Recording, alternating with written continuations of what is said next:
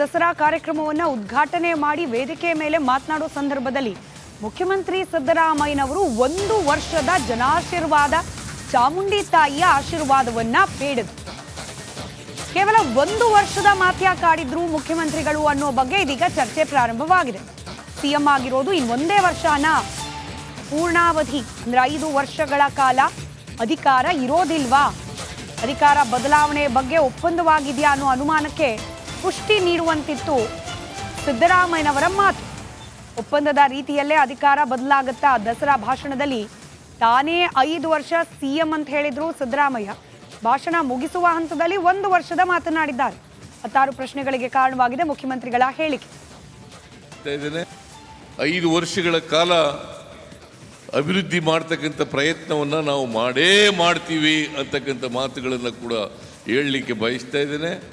ಹಿಂದೇನೂ ನಾನು ಮುಖ್ಯಮಂತ್ರಿ ಆಗಿರುವಾಗ 5 ವರ್ಷಗಳ ಕಾಲ ಬಹುಶಃ ಕರ್ನಾಟಕದ ಇತಿಹಾಸದಲ್ಲಿ ದೇವರಾಜ ಅರಸರವ್ರನ್ನ ಬಿಟ್ಟರೆ 5 ವರ್ಷಗಳ ಪೂರ್ಣಾವಧಿಯನ್ನು ಪೂರೈಸಿದಂಥ ಮುಖ್ಯಮಂತ್ರಿ ಯಾರು ಇದ್ದರೆ ಅದು ಸಿದ್ದರಾಮಯ್ಯ ಅಂತಕ್ಕಂಥ ಮಾತುಗಳನ್ನು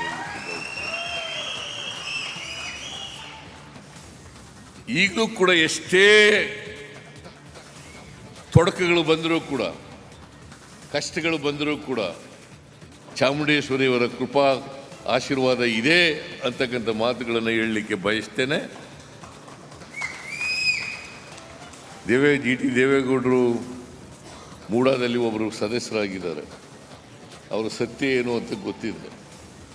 ಅದಕ್ಕೋಸ್ಕರನೇ ಅವರು ಬೇರೆ ಪಕ್ಷದಲ್ಲಿ ಇದ್ಕೊಂಡು ಸತ್ಯವನ್ನು ನುಡಿತಕ್ಕಂಥ ಪ್ರಯತ್ನವನ್ನು ಮಾಡಿದ್ದಾರೆ. ಅದಕ್ಕೆ ನಾವು ಸತ್ಯಮೇವ ಜಯತೆ ಅಂತ ಕರೆಯೋದು. ಸತ್ಯಮೇವ ಜಯತೆ, ಯಾವಾಗಲೂ ಸತ್ಯಕ್ಕೆ ಜಯ ದೊರಕ್ತದೆ. ಏನಪ್ಪ ಮಂಜೇಗೌಡ? ಸತ್ಯ. Welcome back. ವೀರ್ ಸಾವರ್ಕರ್ ವಿರುದ್ಧ ದಿನೇಶ್ ಗುಂಡೂರಾವ್ ವಿವಾದಾತ್ಮಕ ಹೇಳಿಕೆ ನೀಡಿದ್ದಾರೆ. ಧರ್ಮ ಗೋಮಾಂಸದ ನಡುವೆ ಆರೋಗ್ಯ ಸಚಿವ ಕಿಚ್ಚು ಹೊತ್ತಿಸಿದ್ದಾರೆ. ಸಾವರ್ಕರ್ ಜಿನ್ನಾ ವಿರುದ್ಧ ಆರೋಪಗಳ ಸುರಿಮಳೆಯನ್ನೇ ಸುರಿಸಿದ್ದಾರೆ. ಆ ಕುರಿತಾದ ಒಂದು ಡೀಟೇಲ್ ರಿಪೋರ್ಟ್ ನಿಮ್ಮ ಮುಂದೆ.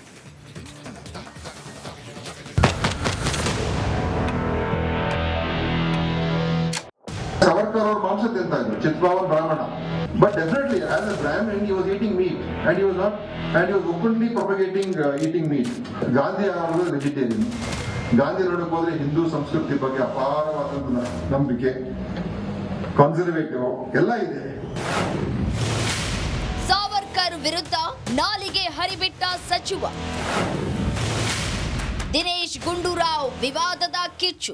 ಅವನು ಕೂಡ even Jinnah was also another extreme. ಅವರು ಕೂಡ ಹಂಗೇನೆ. ಅವರು ಕೂಡ he was never a hardcore Islamist believer. He used to drink wine or even ಅವರು ಕೂಡ ಪೋರ್ಕ್ ತಿಂತಾ ಇದ್ರು ಅಂತ ಹೇಳ್ತಾರೆ.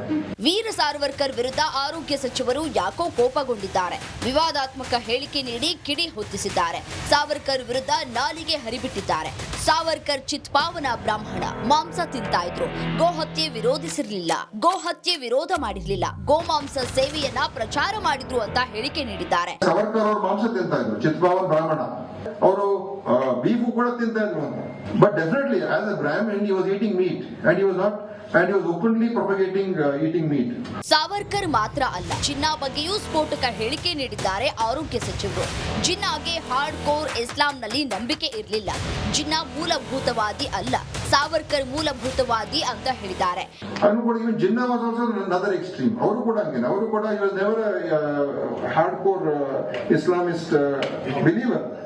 He used to drink wine or even ಅವರು ಕೂಡ ಪೋರ್ಕ್ ತಿಂತಾ ಇದ್ರು ಅಂತ ಹೇಳ್ತಾರೆ. ಸೊ ಆ ಮಾಡಿದ but he becomes the Muslim icon.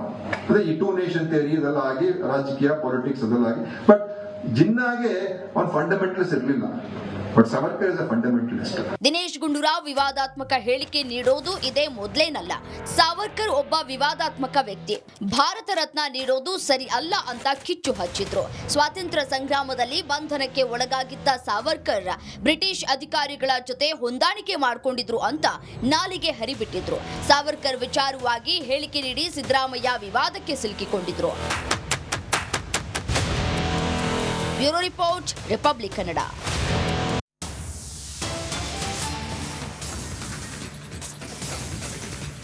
ಇನ್ನು ದಿನೇಶ್ ಗುಂಡೂರಾವ್ ಅವರ ಈ ಹೇಳಿಕೆ ವಿಚಾರಕ್ಕೆ ಸಂಬಂಧಪಟ್ಟಂತೆ ಸಾವರ್ಕರ್ ಅವರ ವಂಶಸ್ಥ ಮೊಮ್ಮಗ ರಂಜಿತ್ ಸಾವರ್ಕರ್ ಕಿಡಿಕಾರಿದ್ದಾರೆ. ರಾಹುಲ್ ಗಾಂಧಿ ಅವರೇ ದಿನೇಶ್ ಗುಂಡೂರಾವ್ ಅವರ ಕೈಲಿ ಇಂಥ ಹೇಳಿಕೆಯನ್ನ ಹೇಳಿಸ್ತಿರ್ಬೇಕು. ಸಚಿವ ದಿನೇಶ್ ಗುಂಡೂರಾವ್ ಅವರು ಜೈಲಿಗೆ ಹೋಗಬೇಕು. ಇಂಥ ಹೇಳಿಕೆಗಳು ಸಾರಾಸಗಟಾಗಿ ಒಪ್ಪುವಂಥದ್ದಲ್ಲ ಅಂತ ಸಾವರ್ಕರ್ ಅವರ ಮೊಮ್ಮಗ ರಂಜಿತ್ ಸಾವರ್ಕರ್ ಕಿಡಿಕಾರಿದ್ದಾರೆ. अत्यंत सरासर झूठ बात है और इसके विरुद्ध हम केस करने वाले हैं। अभी दूसरी बात है कि राहुल गांधी आज तक ये स्टेटमेंट करते थे। राहुल गांधी के ऊपर पुणे में एक केस हुई, समन्स निकला है, नासिक में केस हुई, वहीं पे भी वही हुआ है। और मैंने मुंबई में केस की थी 2 साल पहले, अभी पुलिस ने रिपोर्ट दिया, अभी यहाँ पे भी मुझे अपेक्षा है कि उनके समन्स निकलेगा।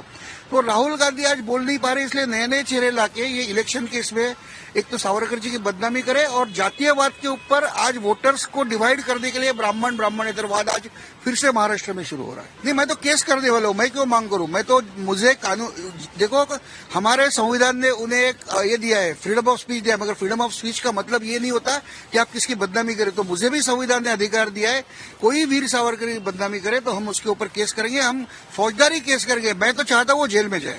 अत्यंत सरासर झूठ बात है और इसके विरुद्ध हम केस करने वाले हैं। अभी दूसरी बात है कि राहुल गांधी आज तक ये स्टेटमेंट करते थे। राहुल गांधी के ऊपर पुणे में एक केस हुई, समन्स निकला है, नासिक में केस हुई, वहीं पे भी वही हुआ है। और मैंने मुंबई में केस की थी 2 साल पहले, अभी पुलिस ने रिपोर्ट दिया, अभी यहाँ पे भी मुझे अपेक्षा है कि उनके समन्स निकलेगा। तो राहुल गांधी आज ಇಡಿಗೆ ದೂರು ನೀಡಿದ್ದಾರೆ ವಕೀಲ ಪ್ರದೀಪ್ ಕುಮಾರ್. 14 ಸೈಟ್ಗಳ ವಿಚಾರದಲ್ಲಿ ಸಾಕ್ಷ್ಯ ನಾಶದ ಆರೋಪದ ಹಿನ್ನೆಲೆ ಮತ್ತೊಂದು ದೂರು. 14 ಸೈಟ್ಗಳ ಸಂಬಂಧ ತನಿಖೆ ನಡೆಸುವಂತೆ ಪ್ರದೀಪ್ ಮನವಿಯನ್ನ ಮಾಡಿಕೊಂಡಿದ್ದಾರೆ. ಯತೀಂದ್ರ ಸಿದ್ದರಾಮಯ್ಯ ಕೂಡ ಇದರಲ್ಲಿ ಪಾಲುದಾರ. ಅವರ ವಿರುದ್ಧ ತನಿಖೆ ಆಗಬೇಕು. ತಕ್ಷಣ 14 ಸೈಟ್ಗಳನ್ನು ವಶಕ್ಕೆ ಪಡೆಯುವಂತೆ ಮನವಿಯನ್ನ ಮಾಡಿಕೊಂಡಿದ್ದಾರೆ. ಅಲ್ಲದೆ ಸೈಟ್ ಅನ್ನ ವಾಪಸ್ ಪಡೆಯುವ ಮೂಲಕ ಸಾಕ್ಷ್ಯ ನಾಶ ಆಗಿದೆ ಅನ್ನೋದನ್ನ ಇವರು ದೂರಿನಲ್ಲಿ ಉಲ್ಲೇಖ ಮಾಡಿದ್ದಾರೆ. ಮೂಢ ಅಧಿಕಾರಿಗಳನ್ನ ಬಳಕೆ ಮಾಡಿಕೊಂಡು ಸಾಕ್ಷ್ಯ ನಾಶ ಮಾಡಲಾಗ್ತಾ ಇದೆ. ಸಾಕ್ಷ್ಯ ನಾಶ ಪ್ರಕರಣವನ್ನ ದಾಖಲು ಮಾಡಬೇಕು ಅಂತ ದೂರಿನಲ್ಲಿ ಇವರು ಮನವಿಯನ್ನ ಮಾಡಿಕೊಂಡಿದ್ದಾರೆ. ಮೂಢ ಆಯುಕ್ತ ಶ್ರೀಮತಿ ಪಾರ್ವತಿ ಅವರ ಮನೆಗೆ ಹೋಗಿ ಸೈಟ್ ವಾಪಸ್ ಪ್ರತಿಯನ್ನ ಸಹಿ ಮಾಡಿಸಿಕೊಂಡು ಬಂದಿದ್ದಾರೆ. ಮೂಢ ಆಯುಕ್ತರ ವಿರುದ್ಧವೂ ಕೂಡ ದೂರುದಾರ ಪ್ರದೀಪ್ ಈ ಎಲ್ಲ ವಿಚಾರಗಳನ್ನ ಉಲ್ಲೇಖ ಮಾಡಿದ್ದಾರೆ ತಾವು ಕೊಟ್ಟಿರೋ ಕಂಪ್ಲೇಂಟ್ ಅಲ್ಲಿ.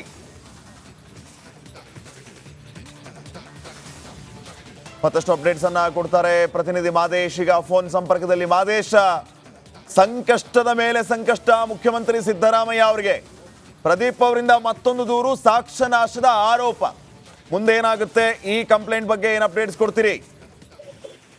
ಖಂಡಿತವಾಗ್ಲೂ ಕೂಡ ಈಗ ಮೂಢ ಕೇಸ್ಗೆ ಸಂಬಂಧಪಟ್ಟಂತೆ ಸಾಕಷ್ಟು ತನಿಖೆ ನಡೆದಿದೆ. ಮೊದಲು ಹೈಕೋರ್ಟ್ ನಲ್ಲಿ ಈ ಪ್ರಕರಣಕ್ಕೆ ಸಂಬಂಧಪಟ್ಟಂತೆ ವಿಚಾರಣೆ ಆಯಿತು. ಅದಾದ್ಮೇಲೆ ಈಗ ಲೋಕಾಯುಕ್ತ ಅಧಿಕಾರಿಗಳು ಪ್ರಕರಣವನ್ನ ತನಿಖೆಯನ್ನ ನಡೆಸುವಂತ ಕೆಲಸ ಮಾಡ್ತಿದ್ರು. ಅದಾದ ಬೆನ್ನಲ್ಲೇ ಇಡಿ ಅಧಿಕಾರಿಗಳು ಕೂಡ